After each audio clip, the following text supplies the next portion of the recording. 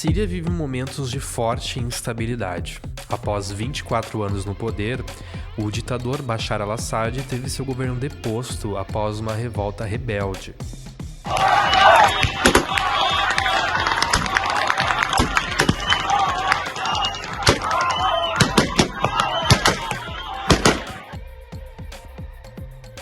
O político, inclusive, deixou o país e está na Rússia. A dinastia Assad governava a Síria há pelo menos 50 anos. Antes de Bashar al-Assad, o pai dele, Hafez al-Assad, começou a liderar o país ainda na década de 1970, depois de um golpe de Estado. Ambos os governos foram marcados por forte repressão, e devido a isso uma guerra civil foi iniciada ainda em 2011. Os dois líderes tinham por trás o partido Baath, que para muitos sírios é um símbolo de repressão, mas o nome significa ressurreição em árabe.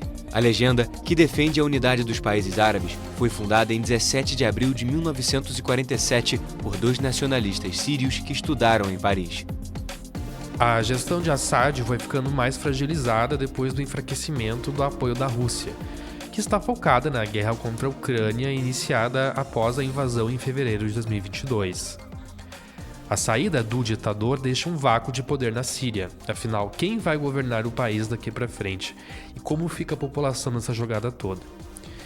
Direto ao ponto, desta vez, procura entender todo esse imbróglio no Oriente Médio em uma entrevista com o analista de relações internacionais e diretor de pesquisa do Instituto Sul-Americano de Política e Estratégia, Felipe Dalcin. Eu sou o Lucas Eliel e sejam bem-vindos a mais um episódio.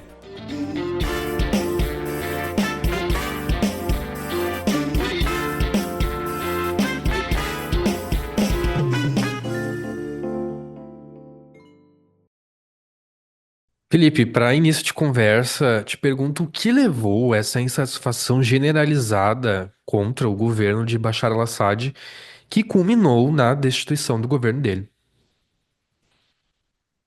Perfeito, Lucas. Um movimento muito complicado que a gente está vendo de diversas forças na Síria, principalmente de vários grupos da oposição, em que a gente tem a Organização da Libertação do Levante como o primeiro grupo, mas tudo que a gente está vendo é a junção de diversos fatores que eles começam, sobretudo, de 2011 em diante, com o movimento chamado Primavera Árabe, em que não ocorreu só na Síria, mas em vários outros países, como o próprio Egito, na Líbia também, a gente teve uma importante participação desses movimentos que, basicamente, são movimentos populares feitos e organizados através das redes sociais, que culminaram em uma aglutinação de diversas pessoas, sobretudo civis, né, não necessariamente militares e políticos, que apresentaram descontentamento com seus respectivos governos. No caso da Síria, esse movimento ele ganha força e ganha até apoio militar de uma parte do exército sírio em 2011. Então, de 2011 em diante, a gente tem na Síria realmente um quadro de praticamente anarquia do país, né, em que vários grupos contra o governo Assad, a favor do governo Assad e outros grupos como o Estado Islâmico, eles ganham forças na região. Tem que lembrar que o Estado Islâmico ele surge primeiro como uma resposta à invasão estadunidense do Iraque, que começa lá em 2003, mas se aproveitando da bagunça que virou a Síria depois de 2011, o Estado Islâmico também ocupa um território sírio, chegando a ocupar parcelas gigantescas do território sírio, né? Tem que lembrar que o Estado Islâmico chega a ter um território maior que o Reino Unido, por exemplo, entre o Iraque e a Síria. Então é isso. Então é a combinação desses fatores.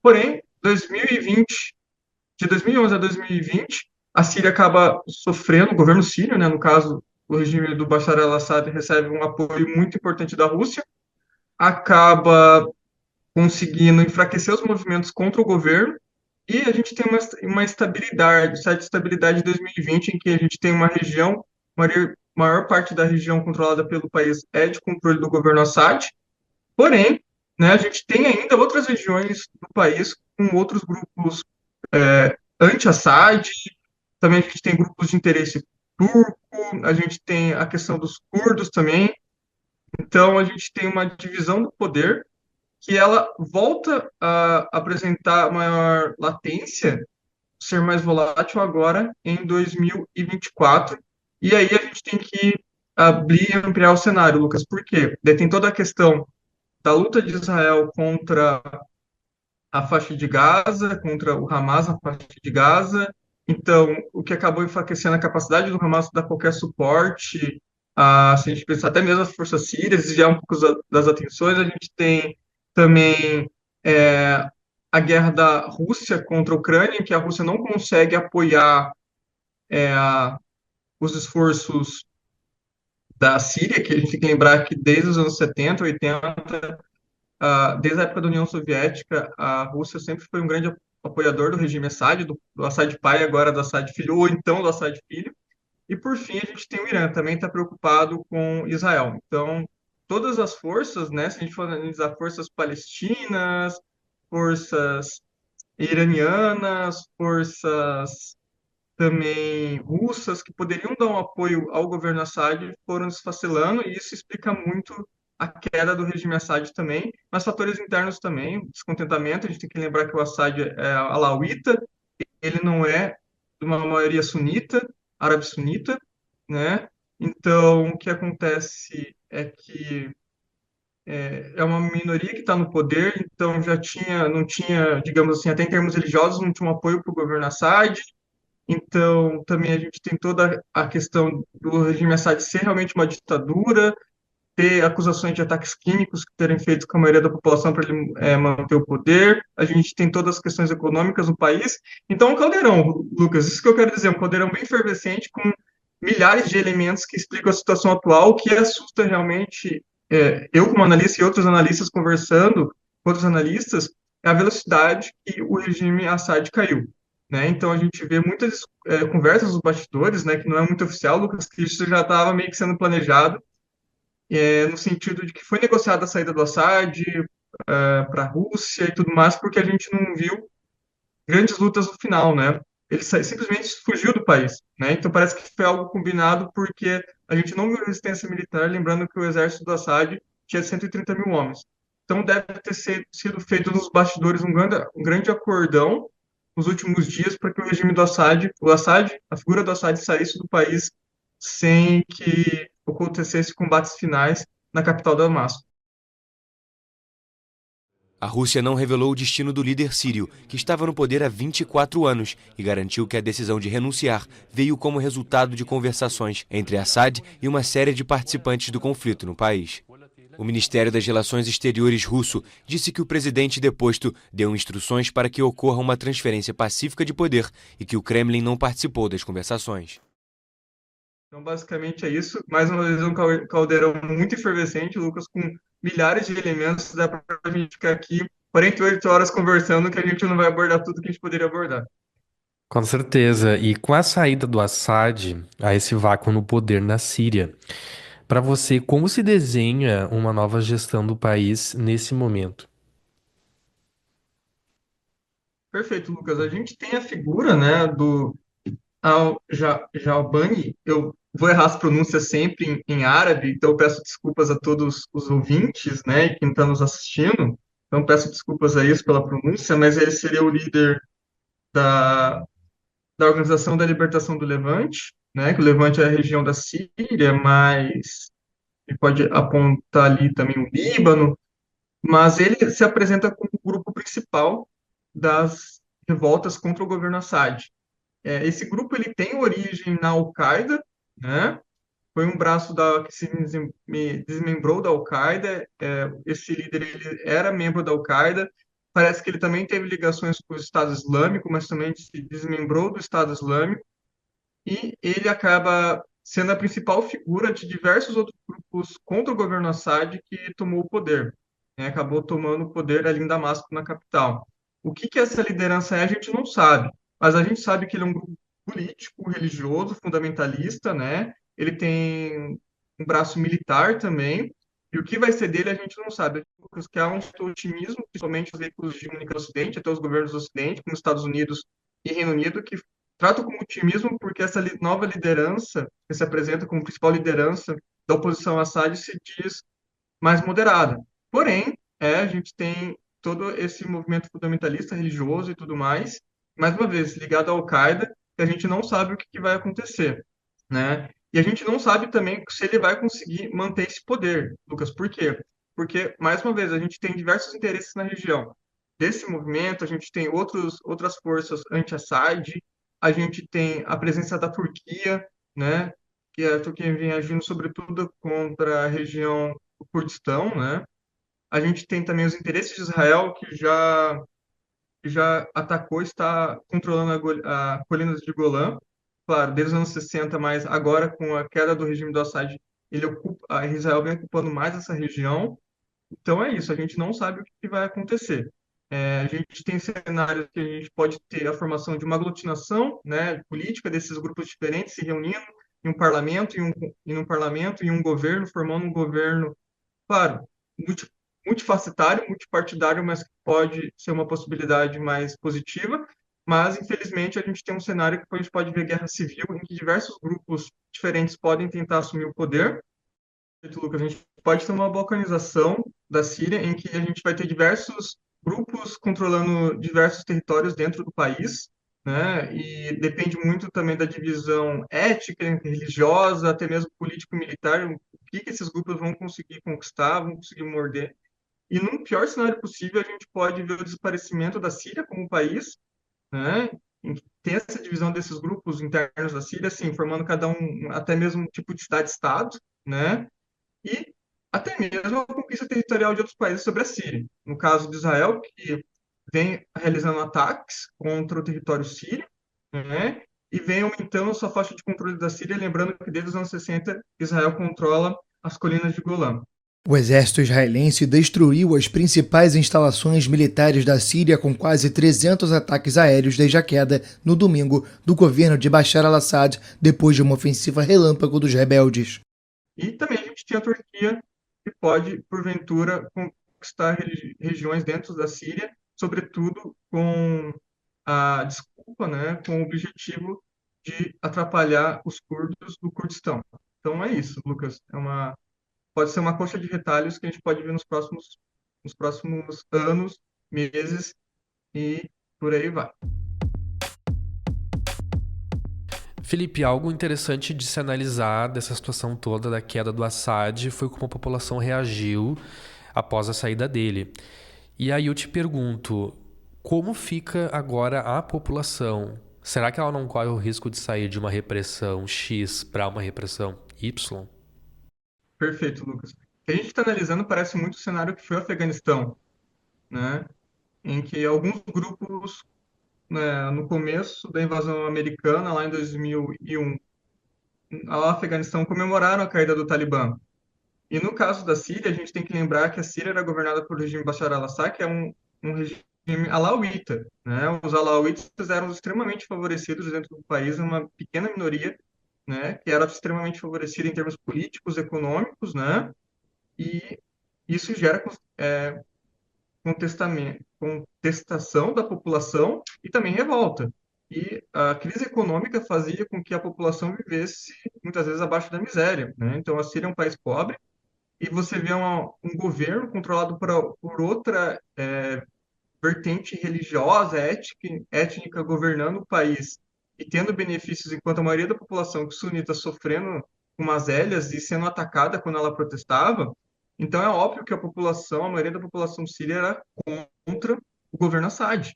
Porém, contudo, entretanto, o que a gente pode ver é uma piora da vida do povo sírio. Claro, tem essa alegria, essa esperança de algo novo, mas no final pode ser uma coisa pior, né?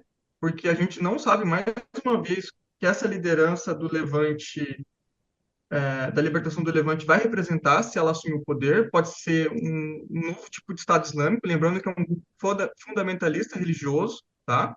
Então a gente pode ter pior ainda na condição de vida da população, menos liberdade de ação e pensamento político e social mesmo, liberdades sociais individuais das pessoas, pode ser ainda pior, né? A gente tinha, desde 2020, sobretudo, um maior estabelecimento de uma vida mínima na região controlada pelo governo Assad. Agora a gente não sabe o que vai acontecer.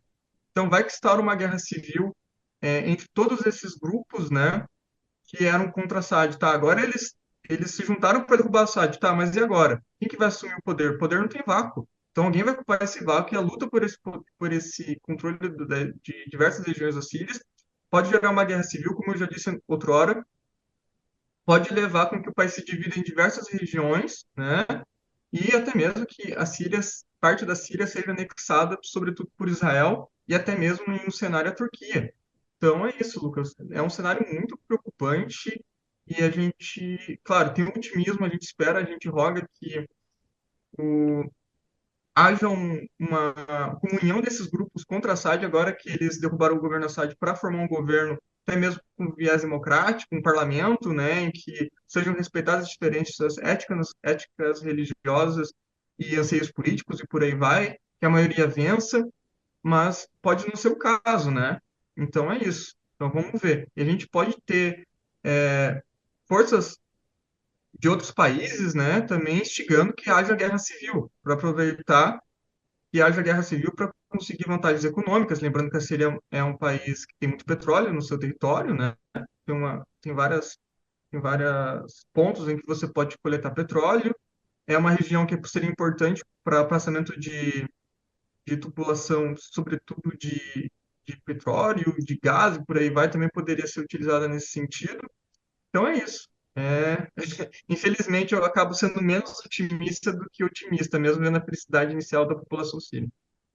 Sim, Felipe. E para finalizar, eu entro num player bem importante aqui, que é os Estados Unidos, que se mostra favorável a uma resolução de toda essa problemática da Síria, também da Ucrânia. O Trump já tem anunciado, inclusive, que há a possibilidade de um acordo aí para o fim da guerra. Trump garantiu que o apoio do seu país à Ucrânia, invadida pela Rússia desde 2022, será provavelmente reduzido e reiterou a antiga ameaça de abandonar a OTAN se os aliados dos Estados Unidos não pagarem o suficiente pela sua defesa. Teria os Estados Unidos nesse momento algum interesse por trás ou uma outra postura agora talvez de se focar em preocupações mais domésticas, digamos assim? Perfeito, Lucas. Grande interesse internacional dos Estados Unidos, se a gente acompanhar os documentos de defesa, tá, Lucas?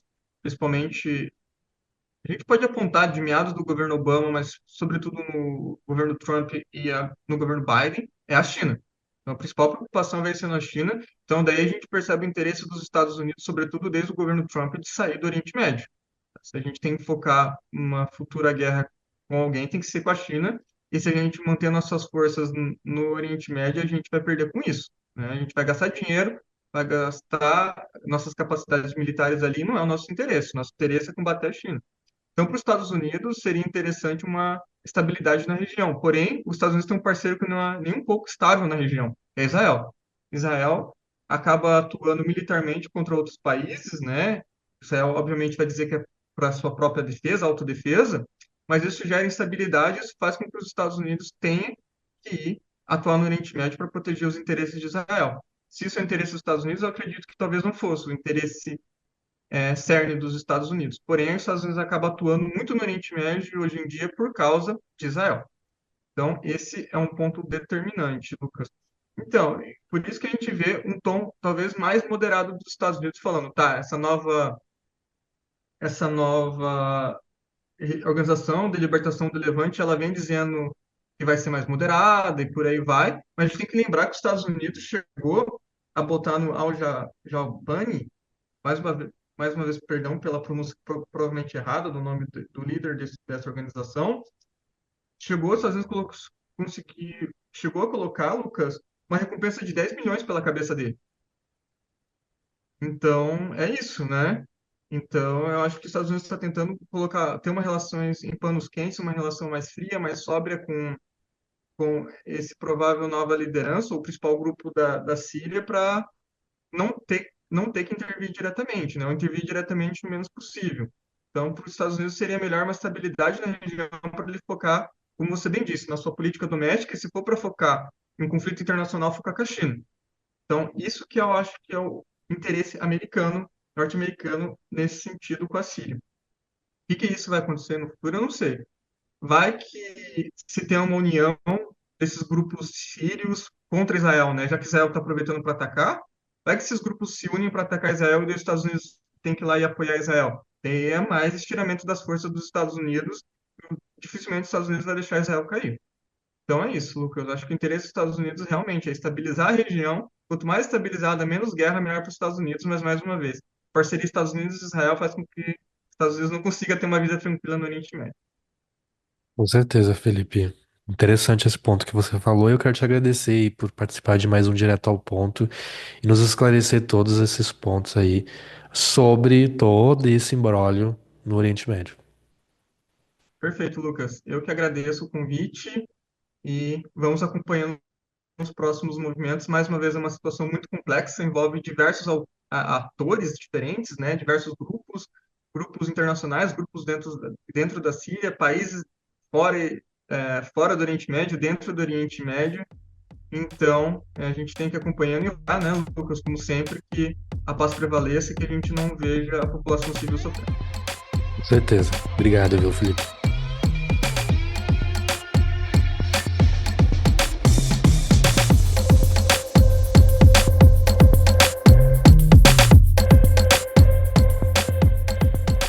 Gostou do podcast? Não deixe de acessar o site do Correio do Povo e assinar a newsletter mensal de indicações do Direto ao Ponto, que eu mesmo preparo.